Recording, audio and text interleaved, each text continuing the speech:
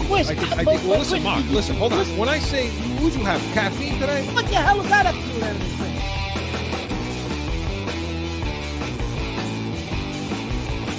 How much coffee did you drink before the show? Listen, you can't polish a sneaker, right? throw tomatoes at me, do whatever you're going to do.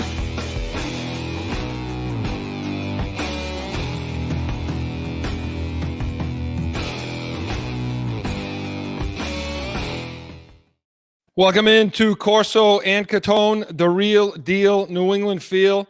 And I'm joined as always by Mr. Mark Catone. Mark, how you feeling tonight? I'll be great if I turn the mic on. If you turn the mic on, you'd be fantastic. I'm good.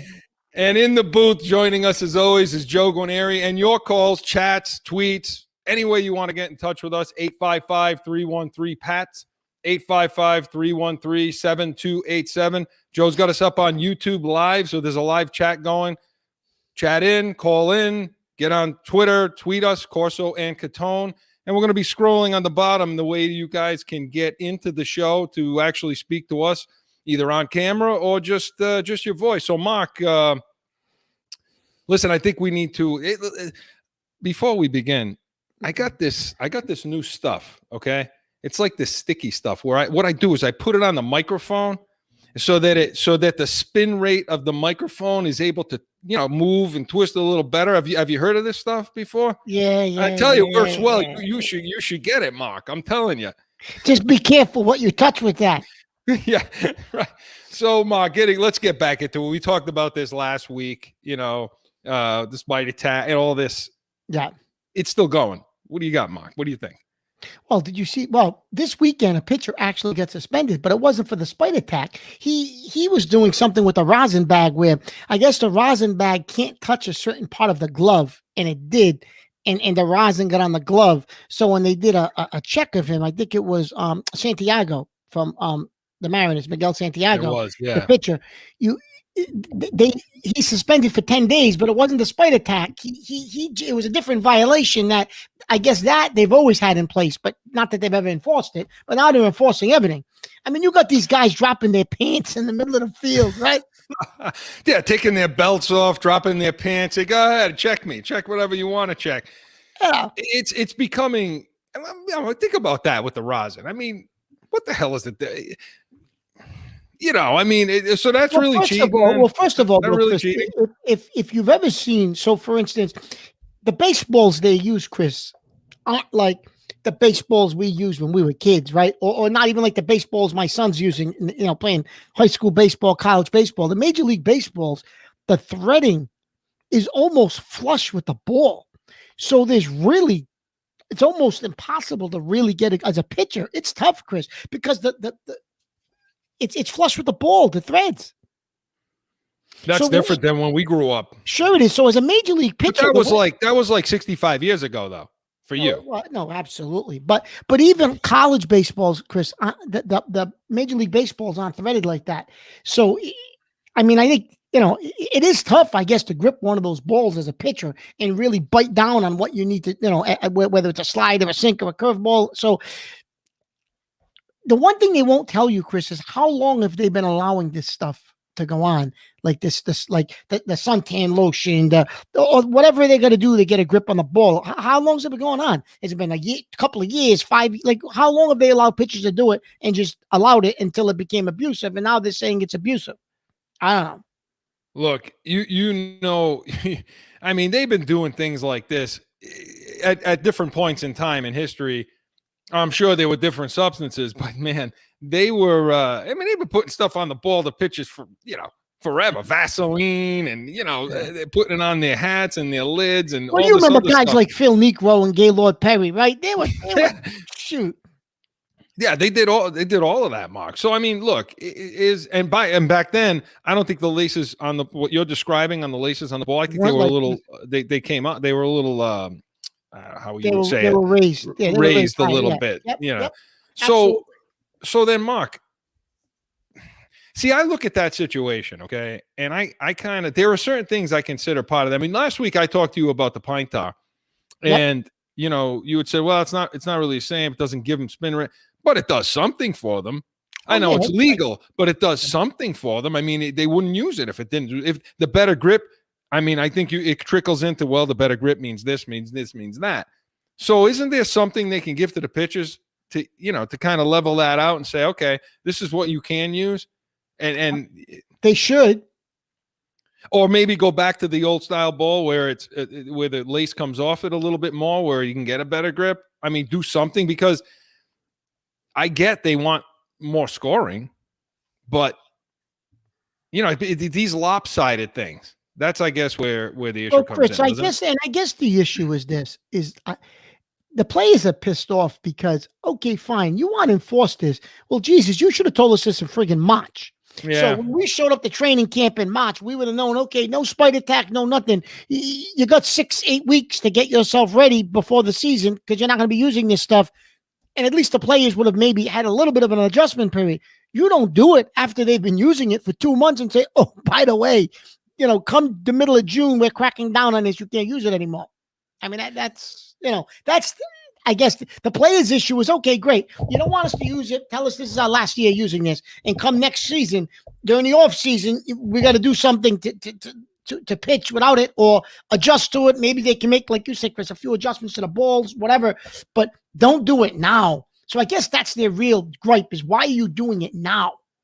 Well, I mean, here the thing about it, though, see, the problem becomes this. That argument that's being used, just to play the other side of it. If it's illegal, that's like saying, okay, well, you Patriots, you were videoing Cincinnati, which why the hell anybody would need to video them? But I mean, okay, you're videoing somebody from the side, from the press box, and you're not supposed to, and so on. Well, we've been doing that all year, and why don't we wait till the offseason to? If it's illegal, it's illegal. Yeah, you know what? I stole a Butterfinger from the store yesterday, but Chris, I've been doing that for all year. No, you're right, Chris. But the only issue is with the for instance, the difference between the filming is technically the league didn't know everybody was doing it and allow it. Like, in other words, the balls, the deflating of the use that as the an football, right? This is supposedly the MLB knew pitchers were doing it, and they didn't say anything about it. It was an unwritten rule. Yeah, you can do it. And now all of a sudden you're saying, well, no, now you can't do it anymore. So they're like, well, Jesus Christ, we can't have it both ways. I mean, you knew about this and you were okay with it. Now all of a sudden you're gonna crack down on it, really? It's such a that's the problem with play. Like what's his name from Boston? Garrett Richards. This guy. This guy looks like somebody. It's like somebody stole his whoopee. I mean, this guy is. It's like he lost his best friend. He's going to a funeral or something. What the hell? He's like, this guy. I got to learn how to pitch again. I can't. I'm throwing 67 miles an hour, 67 mile an hour curveball. Are you kidding me right now? So you're basically what this guy is saying to all of us is, I suck as a pitcher unless I can use this stuff, right? Yeah, well, look at the ERA, Chris, around the league, how much it's gone up in the last, 2 weeks, right? Yeah. And even the Red Sox. The Red Sox, we talked about their pitching staff all year, not all year, all spring. And, before the season started, in February and March, we said, Jesus, where are they going to get pitching from? They stink. All of a sudden, they came out of the gate like gangbusters because they're using the spider attack. They're cheating, right? Like everybody else. And now, all of a sudden, their numbers are going up, but luckily they're hitting, right? The Red Sox are hitting. So they're continuing to win, but eventually, well, their ERA was at 6. Eventually, that's going to probably catch up to them, because I don't necessarily know if they can continue to hit at that rate, right? So something's got to give, because they really have bad pitching, like bad. So does Major League? Well, I mean, bad given the new enforcement of the rules. Yes. So then the question becomes: does that Major League Baseball feel like this levels the playing field for everybody? Like, in other words, they take it away from I'm not talking from a hitting standpoint, an offensive standpoint. I'm talking about it from a pitching standpoint. So from a pitching standpoint, do they feel like, okay, we can't ascertain who was doing it, who wasn't doing it. So now we're going to just check everybody out. It levels the playing field for all the pitching in the league. Yeah. And we move forward like this. I mean, is that Is that sort of, what do you think that's the mindset for Major League Baseball here? I guess, Chris, I was watching the Yankees game over with the Red Sox over the weekend, and I was watching the Angels and the Yankees last night, and they're checking guys after like every other inning. Before you get off the field, they're checking hats, they're checking gloves, they're doing it all. Everything. You said guys are stripping down for them. Well, guys are getting they're so pissed off. They're just stripping. Yeah, the guy is dropping drawers and everything else. And the other guy, laughing. Scherzer from Washington went nuts. He threw his glove down. He threw everything. He was crazy, right? But Chris, who is it that was that against? Was that when Girardi? I think it was Girardi. Girardi was busting his beans. Scherzer, right? Girardi was Girardi called him out and said, "I've never seen him go to his head in all the years I've been." Scherzer was going to his head because the sweat was there, and he was trying to use the sweat on the ball. By the way, we want to welcome in Christian Parenza, Cole Mays, saying hi. We appreciate the chatting, guys. Hey, let me tell you, these two guys are fantastic football players. I want you to know. I know these guys, and they're listening to the show. We appreciate it. Couple of my players, and I'll tell you, these are two hell of football. One of the guys is an inside linebacker. You know what? Get rid of Travis Hall over there and get this kid on the field for New England right now, okay? Because that's how bad the inside linebacker play was. Listen, for New England you're already jumping the football. We're in the middle of talking about baseball. All right. Jumping to the Patriots, Chris. Come on. Okay, all right. So, Mark. But Chris, let me ask you something. You just brought up the pitching. Does it equal the playing field? How about this? You just gave a guy like Garrett Cole $250 million. What does that contract mean now? Hey, from my perspective, and I can't imagine. I mean, who am I? I'm a moron, you know. So if I'm thinking about this, I would imagine that, you know, some of the legal beagles for the MLB or for the New York Yankees, since you brought them up. So I'm looking at it like this. Okay, you got a contract, right, with Cole. So I'm pretty sure that nowhere in the contract does it say, yeah, you know, you can use illegal substances, or, you know, there's notice of it. So what I'm trying to understand is we bought a pitcher. We bought a guy that can throw and based on all of his previous, you know, performances, right? Now we find out he was cheating all this time, and that's why he was good, and that's why he could throw the ball well. So isn't there an argument to be made that that contract can be voided? I don't know. Well, I would think it's at least worth a challenge. I mean, to say, hey, look, you know, you misrepresented yourself. So, Chris, right? So that's a good point. So I'm thinking, what about if you followed the rules, you wouldn't have been as good, and therefore what about during the steroid era? All those guys were getting paid then all of a sudden, when they stopped using steroids, remember the numbers went shoot. Well, maybe no one is astute enough to go and challenge something like that. Yeah. I don't know, but they gave this guy $324 million, Mark. Okay, it's all guaranteed money too. Yeah. So I can't imagine it's not worth at least. Well, let me tell you something. They have to be looking at Chris. That. Let me tell you something. He looked pretty bad against the Red Sox on Sunday, didn't he? Oh my God! So, you know, I mean, look, I can't imagine it's some solo practitioner that's representing that's the, you know, in the legal department for the New York Yankees, Mark. I mean, they have to have they got a machine behind them legally. So if they're not sitting there, you know, wondering about this or looking into this, I'd be shocked. Now maybe there's something in the contract, you know, there's a lot of language in these contracts, Mark. I mean, there may be something in there that says that has some sort of clause that doesn't allow for the team to void out or get out of this contract. But damn, I mean, you represented yourself as someone that worth $324 million, and that was based on you cheating. And so now, you can. I mean, unless the flip side to that argument would be, and I don't mean to like go on and on about it, but the flip side to that from the player's perspective would be, well, prove it. Prove that I was better. How can you have substantial proof that allowed me to pitch better? And in other words, you can say all you want. Well, this tax stuff on there gives the spin rates. You were talking about that last week, and maybe you want to update the people that are new in the show as to what that is, what it really does. But the spin rate's different and so on. But when you're dealing with legal issues, you gotta hone that in. You gotta you got to put that into an individual circumstance surrounding this guy in these performances. You need to be able to show that damage and say, hey, in these performances, we know, or we by a reasonable certainty that, the standard in civil, whatever, we can tell that this was affecting the pitching then and now not. So that would be the players. That would be the players' argument back. But God, it's worth it. It's worth going after. Oh, it's worth. Well, Mark, tell everybody what this does. It's worth the challenge, Chris. Yeah, tell everyone what this actually does. So, Chris, the sticky stuff allows them to get a better grip on the ball, and it allows them to really hold on to the strings harder and longer. And when you bring the ball down, it's almost like it's forcing you to spin it out of your hands because of the grip.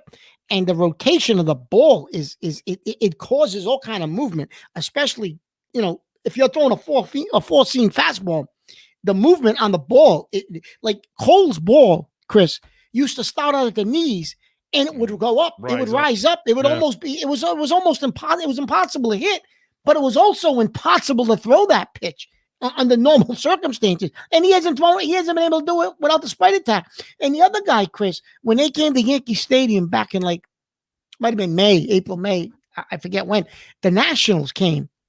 And I was watching the game. The movement on the ball, Scherzer's ball, Chris, I've never seen a ball move like Scherzer's. And now you understand, well, shit. And now you know why the ball was moving like that. Yeah. Because it wasn't normal. They were cheating. Shit. Yeah. Well, Verlander brought that to Houston, where Cole ended up. Verlander was basically finished with Detroit. He goes to Houston, the biggest cheaters on the planet, and all of a sudden he found the fountain of youth. And he became a Cy Young Award pitcher again. Like Clemens did up in Toronto. Like Clemens did, but Clemens with the steroids up in Toronto. Now, my question is this. Did Houston start this whole spider tack fiasco with the cheating? Right? Did they start this too? You want to really start stirring the shit right now, Mark. That's what you want to do. Well, shit. I mean, come on, right? Because Verlander, all of a sudden, it was like, oh, God. Then all of a sudden, everybody in the league was talking about spin rates. But I think, I'm going to tell you something. It might have started in Houston. Another reason to hate the Astros. Another reason to hate Houston. And I know we got people. Houston. And I know we got people out there that are in Houston that are probably Astros fans. But you know what? Banging on those. I mean, shit, so you're saying that in addition to banging on the garbage cans down in the the tunnel going to the clubhouse. In addition to that, on the garbage cans was all this sticky stuff with Fred Biletnikoff handing it to everybody, saying, "Go ahead, put it on the ball." Mark, where would they have it though? Where would it be on their body? Well, that's did they figure out where they were? That's why they're checking belts. That's why they're checking, inside of the gloves, right? But do they have an idea as to where some of these guys? I think they did. That's why they're checking the inside top part of the glove. They're checking belts. I think they know where they had it. That's why that's what they're checking, right? Yeah. Well, look, I mean, it's not something that's going away this season. As far as and then the other guy, one of the guys was saying, shit, he used to spray his arms with suntan lotion before he went out, and he just rub his arms a little bit and go like this, and but doesn't that just make it? I would think it would make slippery. That's what I would think. But the stick, evidently, it was sticky, and it would make them grip the ball. Who the hell knows? Well, listen. Here's the thing: if they're going to take this crap away from these guys, listen. I'm not sitting here saying, yeah, you should be able to cheat. But you and I talked about this last week. Whatever makes the game, makes the game more entertaining, and technology can be used in this day and age, and it's not harmful to your health. You got to rise with the times. I mean, it's 2021. But I don't know, Chris, if Spider Tack made the game more entertaining. I think the game's more entertaining now because the pitching's not as good, so you're getting more hitting and more runs. Yeah. Okay. So now so then give the Spider Tack back, and then the hitters need to start doing something else now. They need to start doing this. Before you know it, these guys are going to explode up there. You know what I mean? So, but Mark, let's switch gears now. I mean, taking it home now, okay? Because we can blame Spider Tack all we want for what the hell's happening with, what's happening with the New York Yankees. My God. I'm so disgusted. Chris, you go ahead, Mark, because I can't even make sense of it anymore. What Chris, the hell's happening with this team? They are unprepared to win a must-win game or a must-win series. They don't have the mental toughness. They don't have the leadership, whether from the manager position, from in the locker room. The manager's a joke, right? The manager's a joke. I mean, how do you go into a must-win series and not even win a game? Not even a game, Chris. And then you listen to the guys talk after the game. It's pathetic. We got to do better. Somebody's got to grow a set. Do what you got to do. Something. Do something. The old man's got to be rolling, man. Oh, He's got God, to be rolling. Chris. You know what? He would have canned Boone's ass. And Cashman too. I mean, Steinbrenner went through managers like, Well, he hired and fired Billy Martin like 80 times over there. Chris, and Pinella. This team just isn't constructed correctly. I mean, okay, and this, I bring it back to what we said all year about the Celtics, Chris. The manager couldn't motivate, and the team was poorly constructed. So what happened? Ainge went, and they found a way to Stevens to go. Stevens gets moved out. It's the same thing. Cashman's going to go at the end, and Boone's going to go because this team isn't constructed correctly, and the manager's a joke. But I think the manager's going to go now, and then you deal with Cashman at the end, like the Celtics did. With Ainge, you deal with Cashman at the end. But the full manager's got to go now. I mean, it's Chris. They're not even in the wild card anymore. They're barely a 500 team. They're not even going to make the playoffs. They're not going to make the playoffs. You get swept by the Red Sox twice in a row.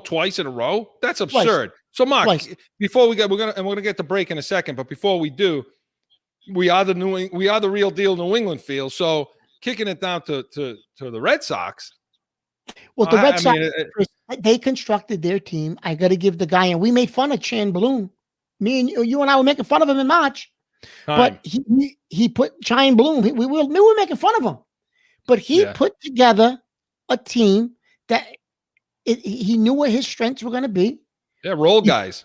Right? They're role guys. He put together complementary pieces, guys that do certain things. He's got them in the right places. Yeah. He's got the perfect manager for this team, right? He's got that bust your ass mentality. Where it's us against the world mentality. Yeah. He knows what buttons to push with these guys. It's working. Cora doesn't care.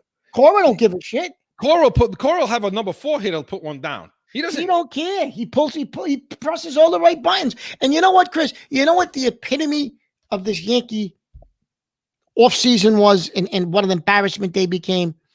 You gave away Ottavino for nothing to the Red Sox for like cash, just to free up some salary cap money. And he's one of their best bullpen guys coming out of the bullpen in the 8th inning. You gave him away for nothing to the Red Sox. Makes you sick. But from the Red Sox standpoint, we said it a couple of months ago that when they first started and they were going on that run, and we said, hey, look, can they maintain this? I don't think they can. I don't know. Both, I said it back then. This team is going to be there. I mean, they're going to keep scratching, clawing, and they're going to be there. And you said it too. If we get to the 4th of July and we're there, we're there. I mean, you said it, Mark. If we get to the 4th of July and these guys, I mean, we're talking All-Star game now. So we're talking at the break. They're there. We're there now. And so they're not going anywhere. They're going to be fighting. He's going to fight until the end, Cora, with this team. And the Yankees are just, it's even tough to watch, Chris. Like I've got the MLB app and I watched 162 Yankee games and it's getting to the point where it's even difficult to watch it. Yeah. It really is getting difficult to watch the Yankees. And they're getting beat by big numbers. So Mark, real quick, the All-Star game, home run derby. Listen, maybe they should put the Spider Tack back on let them use it in the All-Star games. Let the hitters do whatever they want. And let's go to town. Let's see what happens, right? Yeah, let the pitchers use it. But home run derby, Chris. So home run derby is going to be interesting this year because it's in Coors Field. In Colorado, Chris. They're going to hit us in Arizona with the ball. It's going to land in my backyard over here. You know? Yeah. So it's going to be real interesting. But I mean, some of the best players aren't going to play though. Like in other words, Tatis isn't going to enter home run derby. He hit bombs. That's when you need people like Stanton and Judge to hit at Coors Field, right? Yeah, because the air is so thin. The guy I'm interested in seeing hit in Coors Field, he's in home run derby, is the kid from the Angels, the kid Ohtani. Yeah. Yeah, but the do-it-all guy. He's in it, the do-it-all guy. And the other guy's in it. He's just a big bull. The kid from the Mets, Pete Alonso. He'll hit 500-foot home runs in that thing. Well, tune into it. It'll be interesting to watch, and we'll keep a close eye for the rest of the season on the Spite Attack issue and you know what the trend is. So when we come back, we're going to talk. He's spoken like an attorney. He's looking at the lawsuits already. Hey, you know what? Let me get that 324 million. Really, 324 million is worth a look at it. It's just to get out of contracts. It's worth a look. So when we come back, we're going to talk Celtics and some interesting things going on there, and they have a new coach. So we're going to talk all about that and more right after this.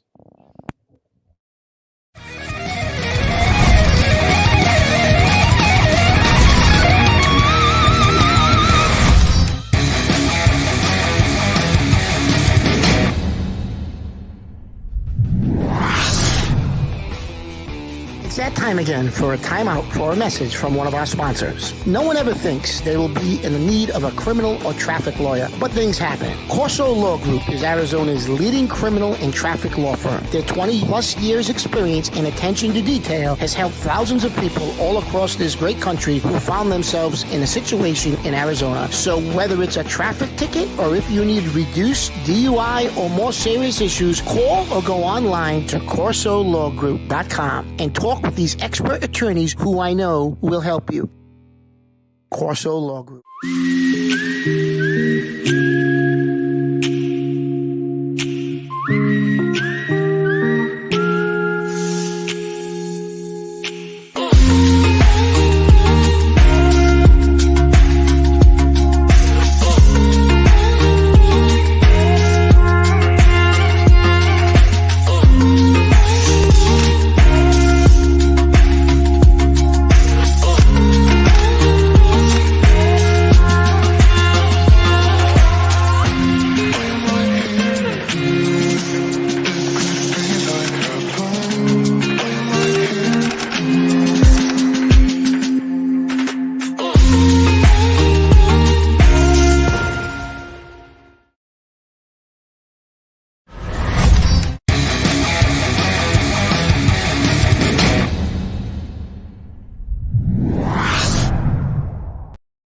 Back in with more Corso and Catone, the real deal, New England feel. And listen, Mark, by the way, Joe, again, beautiful job this week again, Joe. Loving the background, and everything looks real nice and probably too good for us, right, Mark? I don't know. At this point, yeah. Look, I don't know. But getting to the Celtics, we have a new coach, okay? Udoka, was hired, a former assistant over in learned from Popovich over in San Antonio. Mark, what do you make of this hire? I mean, we talked about this last week, and we thought that this would be a high candidate. Yeah, he's been an assistant in a couple of places, but spent a great amount of time at San Antonio. And I think he's a good hire. He builds great relationships with players, and he's coached on some national teams. He knew Tatum, he knew Brown, and they were in favor of him coming. And I think the one thing he'll bring, Chris, is I think he's got connections around the league. I think he's one of the assistants he's hiring was also an assistant under Popovich with him in San Antonio. And I'll tell you what, Chris, and it's already starting. You're starting to hear he could opt out this year. I don't know if he will, but next year he just turned 30 this week. Next year is the last year of his contract. Not Lillard, Kawhi Leonard. From San Antonio, had a real good relationship with this guy. Don't be surprised for his last 3 or 4 years. You don't see this guy go get Kawhi and say, okay, I'm going to put you with the two young guns, take us to a championship. You could conceivably, because they will have the salary cap space next offseason, and that'll be perfect because Kawhi's contract is up. Don't be surprised if this guy goes out and tries to get Kawhi. So do you think, and in that circumstance, you don't have to give up You're not giving up Brown. You're not giving up Tatum. You're not going to give him anything. And this guy Can goes you afford it? Is another. Well, I think next year they probably could, Chris, because they get out of some of the salary cap money, and he goes and gets you your third wheel and says, okay, here, I got a veteran to go with these two guys. When the money's on the line, Kawhi can take a shot too, and Kawhi can play defense if he's healthy, and that's just another option. I mean, I know there's other options out there too, but and if you listen to this guy, did you listen to the guy's press conference yesterday, Chris, at all? I'll tell you what, listening to him, this is why this whole situation it's odd. Yep. It's a real odd situation because here you have Stevens. Okay, Brad Stevens coaching the team for the last, 8 years? Yeah. And the players clearly, they just weren't listening anymore. He may be telling them move the ball movement, but they're just not doing it. Okay, so he lost that locker room. I think it's clear that happened. So instead of just firing them and moving on, and maybe even moving on from Ainge and, getting all new people, they want to put him up in the president spot, who now he's hiring the head coach who's now going to have a press conference that basically downs everything Stevens did. You heard him, Mark. What did he say? Well, he was talking about ball movement and he's me ball movement. I'm a big guy with assists. But you also heard him, Chris. The thing that I took from it was he talked about the fact that, he has a relationship with these guys. He knows them from the select teams that they had, the Olympic select teams. And he said, and I'm going to work them. He said, and they know that I'm going to get in their ass, and they want that. So what does that say about Stevens? Well, again, there were indictments on him throughout. There were shots taken at him. There's one. And then the other shot he took on at Stevens was they were 27th in the league in assists last year. I mean, he comes right out and says that. And he said he turned to Stevens and he said, no offense. No offense to you, Brad, but they were 27th in the league in assists. What this tells me about this guy, he's a no bullshit guy. I mean, that's who this guy is then. If he's going to stand in a press conference the minute, shortly after your boss, because for all purposes, Brad Stevens is his boss now, okay? And Chris, your boss just hires you and you go tell him how he did a bad job last year. That's balls, Doc. That's big, huge ones right there. Saying that, which I like. I'm happy. No, I like that. it. I think the guy's a good hire, Chris. I like him. I think he's going to connect with the players. I think he's going to add a different element at motivating these guys and getting them to play with a different type of intensity. Yeah. But I also think he's a guy eventually who's going to be able to recruit players to come here. And that's what's been lacking. I don't think Ainge had the ability anymore, Chris, for whatever reason, to recruit players to come here. Stevens didn't have that ability. And I know it's a players' league, and the players put these teams together, right? They go out and recruit their own guys, right? I get that. But this coach, I honestly believe, will be able to recruit Kawhi Leonard. But I think with him as the coach, you might be able to see them go out and try to work a deal with a guy like a Dame Lillard, or maybe even a Bradley Beal, because I think those guys would want to play for this guy too. Yeah, I mean, I don't know if players wanted to play for Stevens. So even if Tatum tried to recruit somebody, to your point, Chris, I don't think players wanted to play for Stevens anymore. So who are you recruiting? Well, because it's not a matter of. I mean, by the way, with Ainge, I just don't think anybody trusted him anymore. No, I mean, this guy, he would not have done the deal to bring Horford back, get rid of the money, with Kemba Walker. Well, he wouldn't have done that because he would have waited it out, try to get low ball somebody. And to Stevens' credit, Chris, Stevens had a relationship with the guy from OKC, so he was comfortable in making the deal with Stevens. You're right, Chris. I don't think that deal to free up that space for Walker's contract probably doesn't happen with Ainge. Not now. Not right now. No. I think it would have happened, but it would have been Ainge. It would have been Ainge sitting there lowballing teams, trying to finagle his way and just win the trade. And I think nowadays, some of these GMs are saying, "Hey, look, we're tired of Danny's act." No, I agree. I agree. But to what you're saying, about getting players, and look, it isn't about coaching anymore. It isn't about the X's and O's of basketball. It's just not. Because if it were, Brad Stevens would have succeeded and won a championship. Okay, because Brad Stevens is a hell of a good X's and O's coach. He is. Maybe for the college level. Perhaps.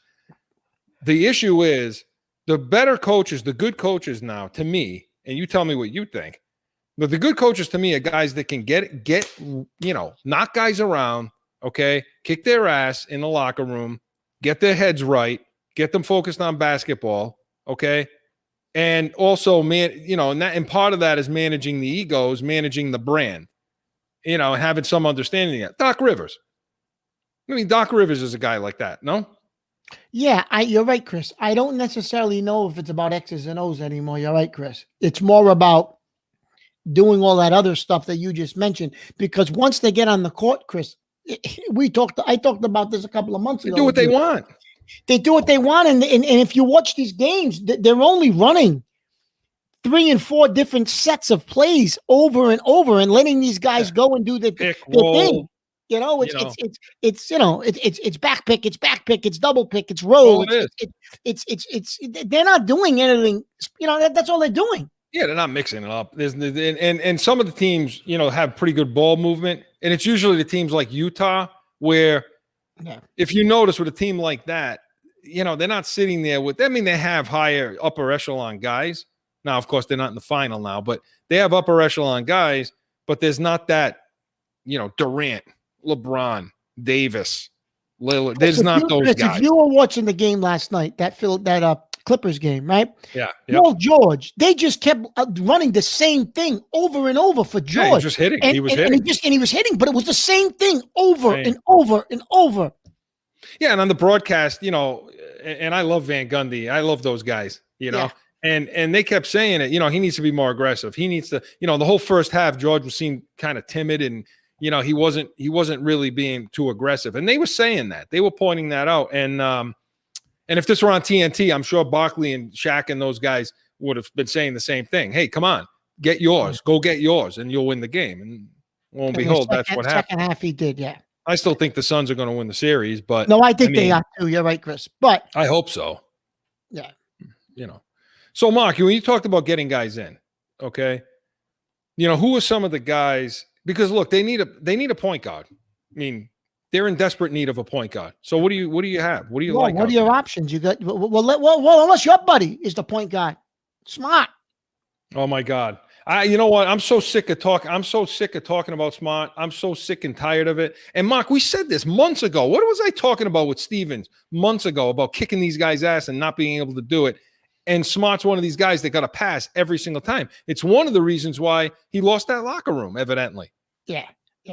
Because of Marcus Smart. Yeah. So I don't know, Chris. I mean, your options out there for point guard, I mean, I guess you could go get Lillard, but I just don't know what that would require you giving up. Okay. You're going to have to give up Brown to get Lillard. So let's play this game. So I don't think, okay? I don't Brown necessarily know. Yeah. I don't know if they'll do that. What do you think? Brown for Lillard? I would probably give it a shot just to mix this up, but I don't think this coach will do that because I think he likes Brown and Tatum, and I think he thinks he can get you another player to come here. Maybe not this offseason, but next offseason. I think this guy thinks he can get you somebody.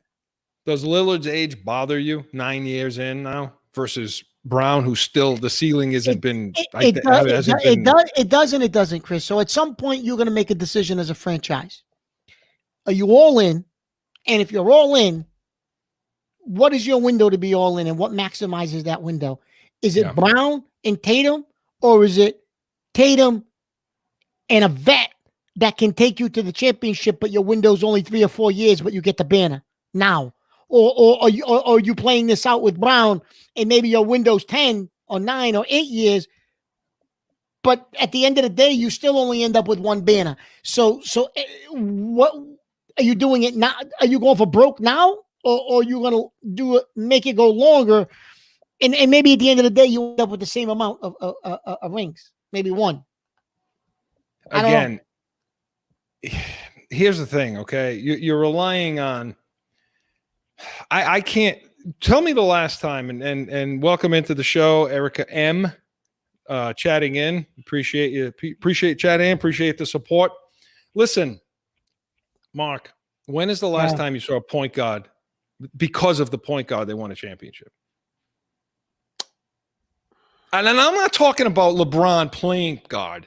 I'm talking about a legitimate point guard, Lillard. The last time, well, even I would even say, Chris, when the Celtics won it with Rondo. I mean, shoot, they won it because of Garnett and those guys. It wasn't because of. I mean, Rondo played great in one of those series, but did you think they won it because of Rondo, or was it because of Pierce and Garnett and Ray Allen? They didn't win that because of Rondo. In Perk, right? No, I mean Rondo had some good. He played well and he was a facilitator and he did a lot of things. I guess the last Garnett kept him on the check. Just the last point guard to do it, I would say, before they got Kevin Durant, was the first championship that Golden State won with Curry. I'll say that maybe that first Golden State championship with Curry. Okay, but if you watch those series, okay, and you saw Draymond Green, you saw the other pieces, okay, that really, if it was just, but I guess you're right. Yeah, I mean, we're talking about the pieces but it wouldn't be Brown. It would be just Tatum. Tatum doesn't have that leadership quality yet. It would have to be Lillard. So now, so the Lillard, so is your contention that the Lillard Tatum combo gets you a Giannis Davis type of guy to be the third guy? I think I would rather, if I'm giving up Brown, I would rather try to go after Beal. You're going to have to give up Brown to but get a guy like Lillard, Beal. If you're going to give up Brown, Chris, I think Beal is a better player than Lillard. Well, you said that. You've been saying that all along. You want Beal on this team. You think Beal will attract the third guy. I do. Right? I do. I think if you got a guy like Beal on this team with this coach, you probably could go get a guy like Kawhi at the end of the following season. And Kawhi would what I mean? Kawhi would say, I'll come play with these guys and finish my career. That would put it over the top, Mark. I mean, you get a guy like Kawhi in here, but I mean, I think the problem with this guy, this coach, I think, this Celtics fans what about your like grasping. Chris, what about your theory? Yeah. Now that he's part I of have the so Boston, many, Mark. I have so many good ones. I know. Now that you're part of the Boston, you said he's part of the Boston Red Sox group. LeBron, your theory of LeBron. I know.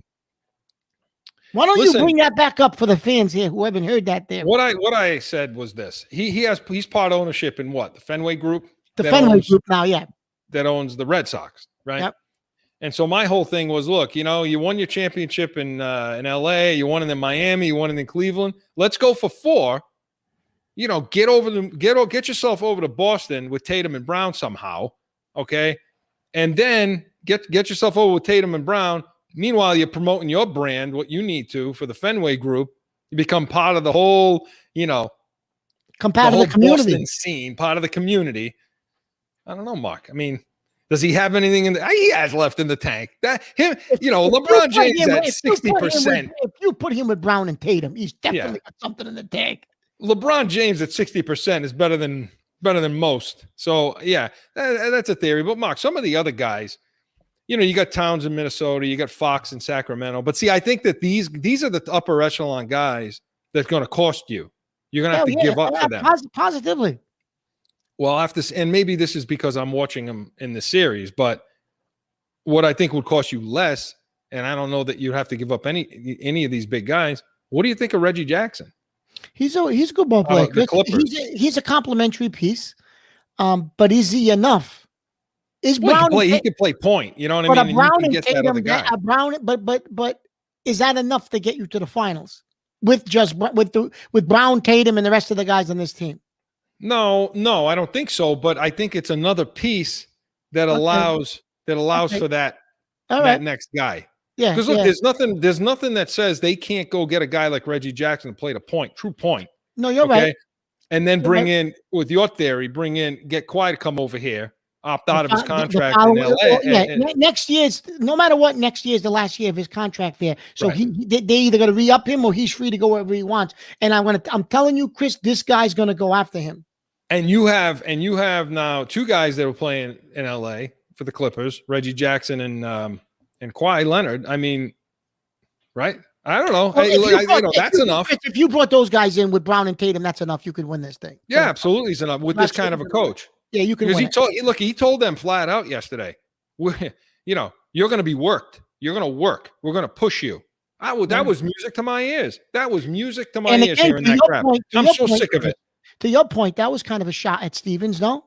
Absolutely. He took all kinds of shots in that press conference, basically saying, you didn't push these guys. Sorry, Brad, but you didn't push these guys, and they need to be pushed. I don't care about their brand. They're going to become basketball. Look, that's Pop all day long. That's Popovich. Oh, that's Pop. That's when you Pop. hear that guy talking, that's Popovich saying, I don't really give a crap about their brand. You're going to play basketball, or you're going to get the hell out of here. Yeah. But San Antonio's got the cachet. I mean, they've won, although it's been a while, but, they've won everything, Yep. But so anyway, I just don't think, look, I don't think that a point guard, I just don't think a point guard gets it over the top for you. I think you need something else. So Mark, what's left now? Just talk a minute before, a second before we get to break again. These teams left in the playoffs right now, the 4 teams, Atlanta, Milwaukee. We haven't really talked about that series. I don't think Atlanta. I think Atlanta. I mean, Trae Young's bank is hurt now. I think Atlanta's finished. I think it's definitely going to be Milwaukee. It's clock struck 12. It's going to be Milwaukee, and it's going to be. I'm still going to go, Chris. I'm going to agree with you. I'm going to go with Phoenix. I think without Kawhi, I just don't think LA can win 2 more games in this series. I think it'll be Phoenix.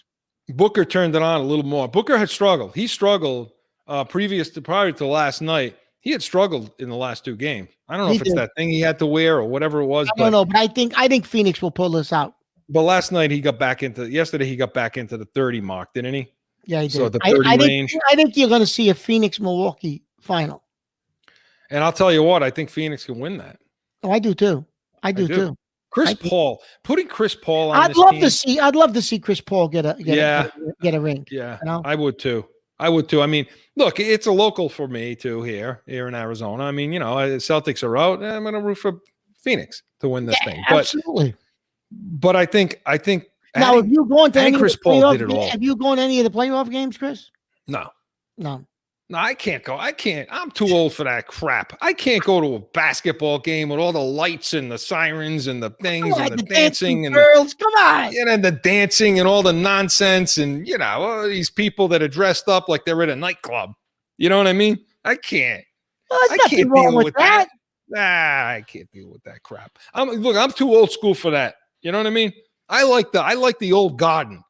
They're bearing down on the team. They're standing. You can't even see. No air condition. It's 115 degrees inside there on a day like today. Right, with the obstructed views. You got to look around the pole to do that. So yeah, it'll be interesting. I hope Phoenix pulls this out. So when we come back, Mark, we're going to get into the Bruins a little bit. I want to talk about the teams now. We got to talk about Montreal, especially from a New England standpoint. Got to talk about Montreal because it's a polarizing topic right now in New England. So that and more right after this.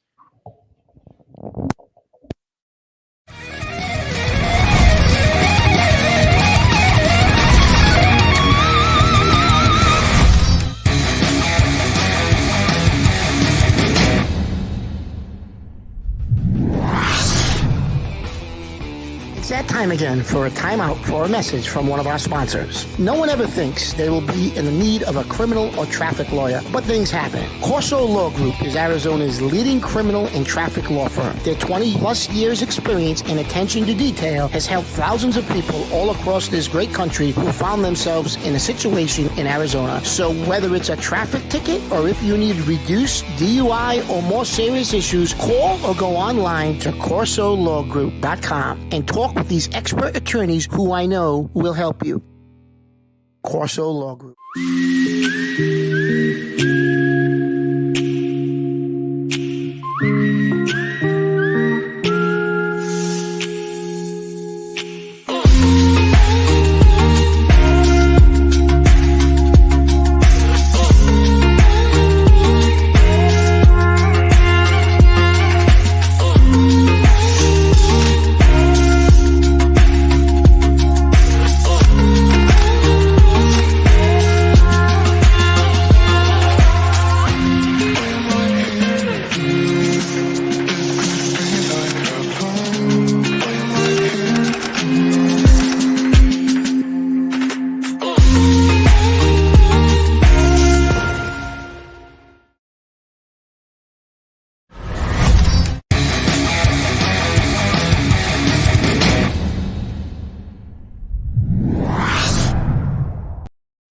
Back in with more Corso and Catone, the real deal New England feel.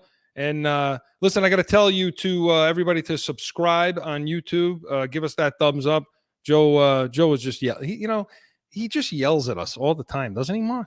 Nobody does. Nobody knows that because, he comes on the thing.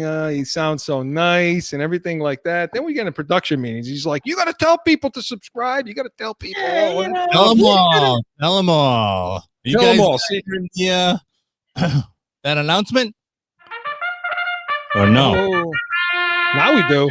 Because it's time for Catone's comments. I'd like to hear some Catone's comments. Thank you so much. Mark, take it away, man. Well, Chris, I don't know out in Arizona what it's like, but over here in New England, well, at least I think it's the same in a lot of parts of the country, but over there. So you're trying to drive over here, right? And you come to intersections and you come to lights and you're concentrating again with the driving. Yes, again with the driving. And you're trying to concentrate on the road, and you got these people jotting in front of your car.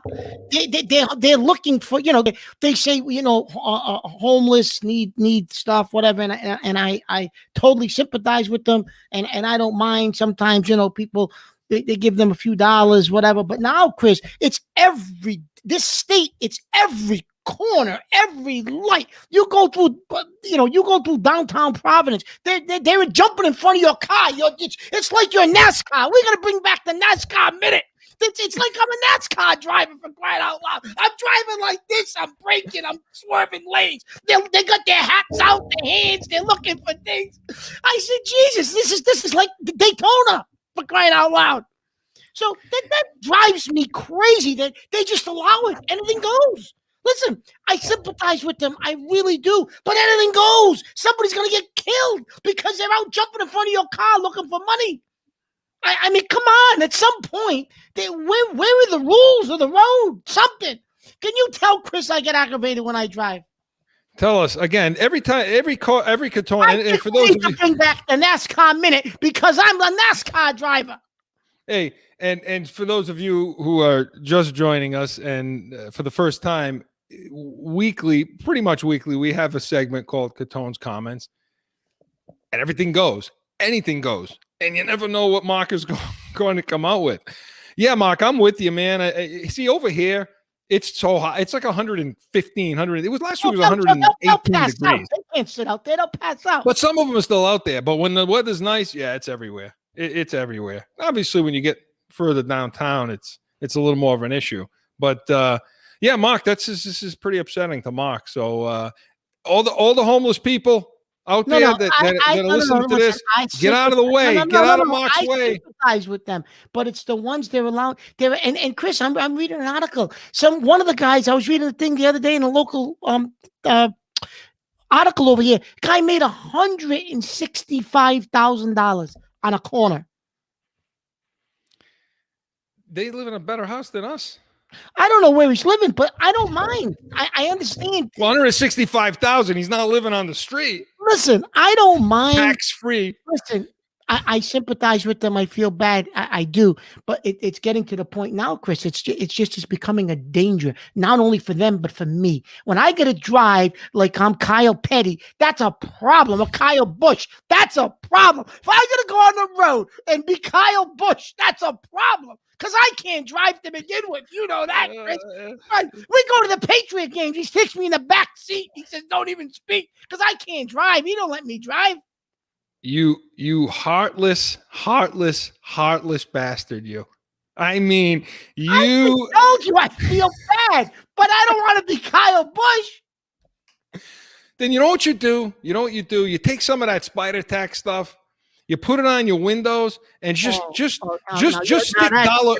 No. See, now you're getting out of control. Just stick dollar bills to it, and then you can just take it off the window, and they don't have to bother with you anymore. Oh, that's not a bad idea, right? So, okay, Catone's comments. That's brought to you. We lost all control tonight. That's it. You know, Joe right now is in the booth, cringing over this topic right now. He's wondering. Who are they going to offend tonight. Listen, I'm not offending anybody. I feel bad. I just am warning them. I'm not a NASCAR driver. Somebody's gonna get hurt. Yeah, I understand. I get it. So your main purpose for this, your main purpose for this take, for your concern is get me out of trouble here. Come on, get me out of trouble here, attorney. So Mark's so from what I hear, okay, I'm gonna represent Mark for a second. Thank you. All right, I'm gonna tell my client to shut up for 1 second. Okay, stop talking for 1 second. Mark's basically saying it's a public policy. I mean, he's more concerned for the people out there getting hit by a car and their welfare, their well-being. So, with that being said, Mark, that's a good point. Absolutely, you should be commended for your take on this. That's why they pay you the big dollars, Mr. So, Catone's Comments is brought to you by Special Sauce Podcast. Make sure you log on, specialsaucepodcast.com. Check out all of the podcasts from Special Sauce Podcast. Excellent company. So, Mark, listen, if we can recover from that little discourse, let's get into some hockey really in general. Bruins are done. So, we're a little disgusted with them. But getting into just hockey, we're in the playoffs. We're in the finals now. Tampa won that game last night, so they're up in the series. Hey, by the way, did you see that guy from Montreal get clocked in the head and the blood coming down? Is hockey, man. Don't you love it? I mean, don't you love hockey? I mean, my God, So Montreal. All right. Before we get into the rest of the public in New England, what do you think about? Are you rooting for Montreal? Or are you rooting for Tampa? Absolutely not. I'm rooting for Tampa. Are you crazy, Montreal? I'll never root for Montreal ever. And you know what, Chris? Maybe because we come from a different era. I don't know, right? We grew up in that era in the 70s with Guy Lafleur and Dryden and all those guys, where we got screwed more times by that team, right? Even in the early 80s, right? We got screwed more times by that team. There's no way I want to see the Canadians win. No way. Mark, I was like 2 years old when they won the thing in the 70s. That's what I'm saying. With that. Well, I don't remember that. What do you mean you don't remember that? Come on. They were putting hockey pucks in my crib. No, I remember it. I do. Well, because my father had it on. My father had the antenna. He was playing to try to get the game. Or had it on the radio, or had it on the radio, swearing and yelling, and I mean, they were maniacs back then. I wish we could go right now back in time and just watch and just get to the Garden and watch one of those games, one of those Montreal games, and just sit through it. That would be fantastic. Speaking of maniacs, this is just a teeny bit off topic. Speaking of, you brought up your father, and I was at an event, a graduation party a couple of weeks ago, and we were talking about your dad, and God rest his soul, and about Rockingham Racetrack, the horse track, and Bernstein, the race caller, who used to call the races at Rockingham. And you want to talk about degenerates at Rockingham? You know what, Joe? Put him up. Put him alone on the screen. Put Mark alone on the screen. Mark, take it for 1 second. Put Mark up alone on the screen. Degenerates. For 1 second. 1 second. Put him up there. I want to show everybody something. Can you figure that out, Joe? What's the deal? All right, hang on. I'm going to show you something. I'm going to come right back, Mark. But talk about what you think the fans are thinking about Montreal. I think our younger fans, Chris, I think they probably don't like Tampa Bay. So because I don't think they have the disdain for Montreal like we do as older hockey fans. I think, because that rivalry is kind of gone, right? That, if you're somebody who's, 14, 15, 16, 8, even 20, I don't think you don't have the history with the Canadians, so they don't, I don't think they feel what we feel. And so I'm going to assume that those younger fans are probably, they may be rooting for the Canadians just because it's Tampa, right? And Tampa knocks us out. And Tampa is a team that I don't think, the younger fans like. But in my opinion, there's no way I would ever want the Montreal Canadiens to win the Stanley Cup. I just can't root. I just can't see that. I don't want to see them raise the cup. That's because you're old. That's your old school. Yeah, well, I right? was just saying, Chris, the younger kids, the younger generation doesn't know doesn't have what we have with the Canadians, that history. So to them, they don't want to see Tampa win because they see Tampa as our rival, which to us they're not. Yeah. You know. So you were talking about my father, Yeah. you know, and talking about Rockingham Park, right? Yeah. So I want to show you something right here. This. Oh God! I don't know. I know it's a little with the ring light in it, but this is Rockingham Park. Okay, this is 1972. This is 1972. This is my father's racehorse. Okay, and these were called trotters. So this is what they used to, and they still run them now, right, Mark? They still run some of that. They run trotters out in the Meadowlands, yeah, in New Jersey. Yep, absolutely. Right, and this is actually from Rockingham Park in 1972. I wasn't even born yet. I was born in 73. So Dipsy Dill, that was the name of this horse, Dipsy Dill. And then I won the race if we have this here. So there's that. And then, real quick, well, way off the rails here. And this is from, for Boston people, this is from Suffolk Downs, okay? The racetrack in Boston.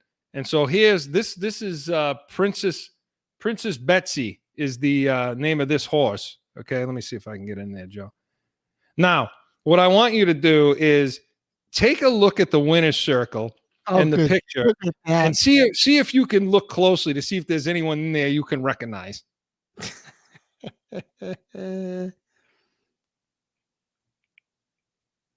There we go. There you are.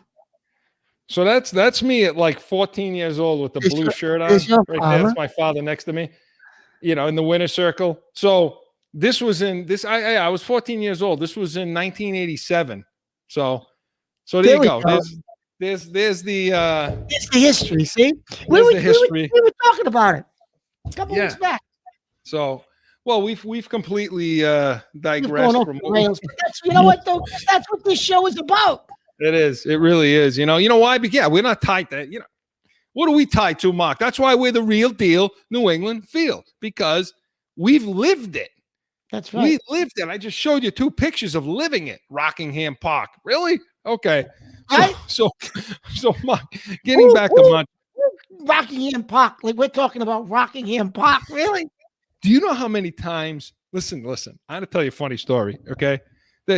Montreal sucks. I hate Montreal too. Okay. Period. I don't want to see Montreal win under any circumstances. They got their ass kicked, didn't they? They did, and they're going to continue to get their ass kicked. And we'll talk about why in a second. But I'm going to tell you a funny story. So I told you, my father owned racehorses and all of that. And he used to run them up and down the East Coast. So, like you said, Rockingham, Boston, New Jersey, Florida. And I think there was one in, was it Maryland or what the hell is that? Well, anyway, so up and down.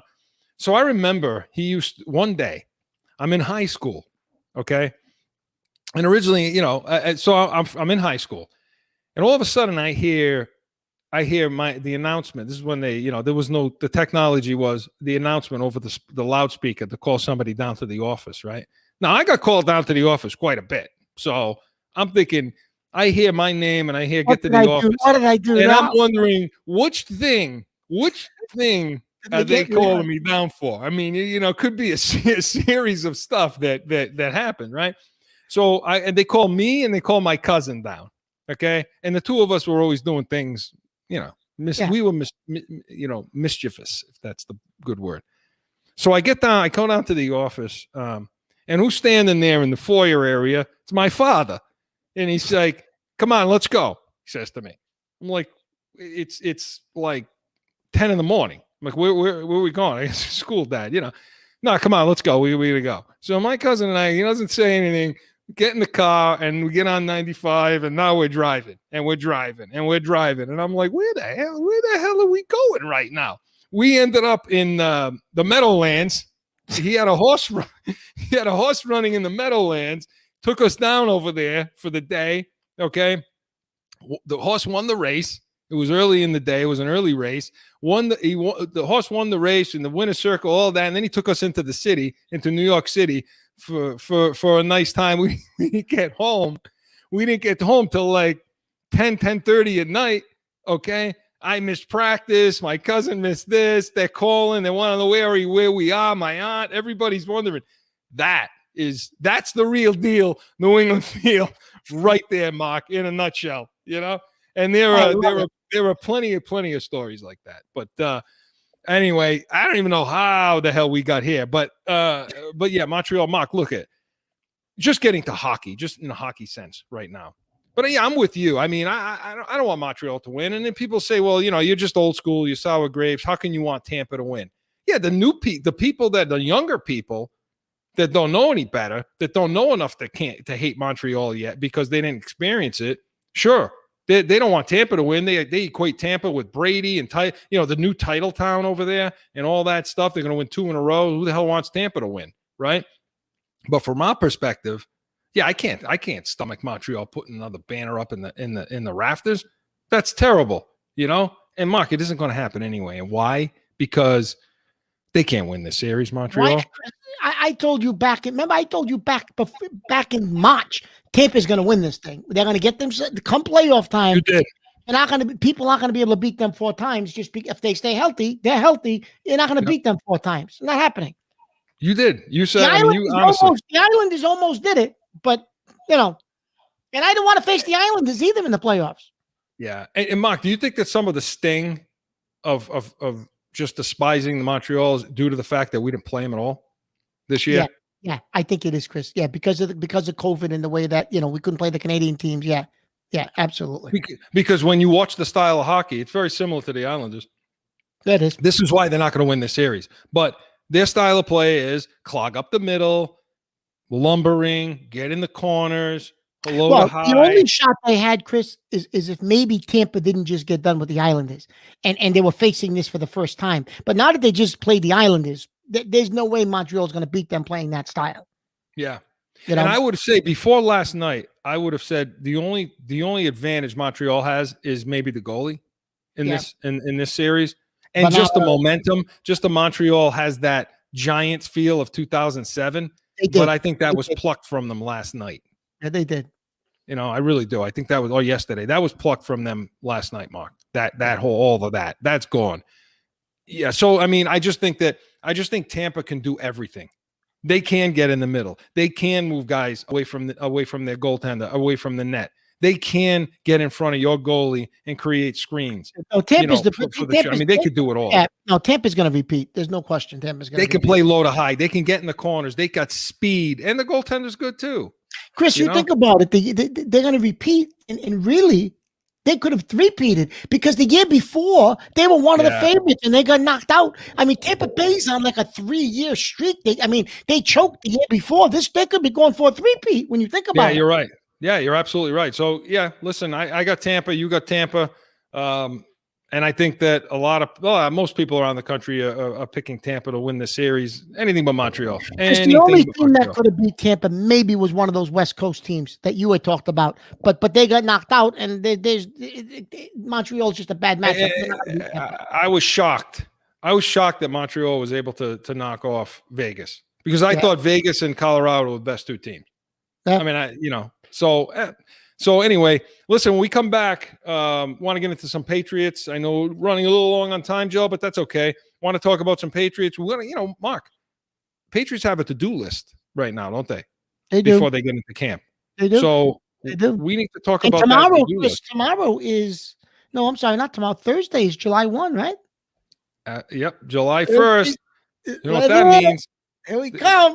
Because the calendar has a 7 now. We know at the end of that 7, training camp begins. Here we come. So let's talk about the Patriots to-do list and more right after this.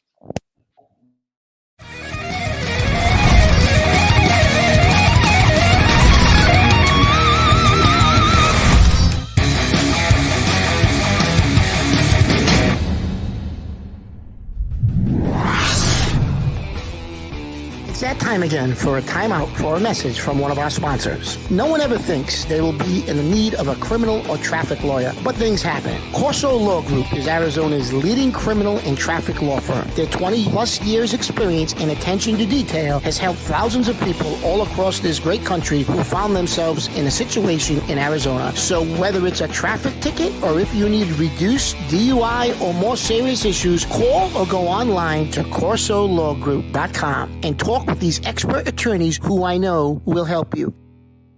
Corso Law Group.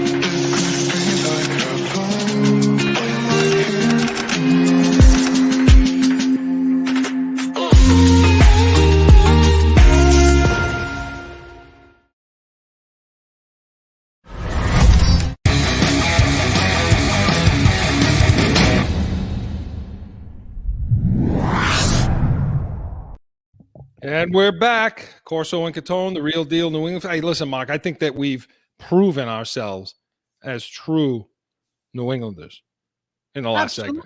Absolutely, we did. If we haven't already. Of course we did.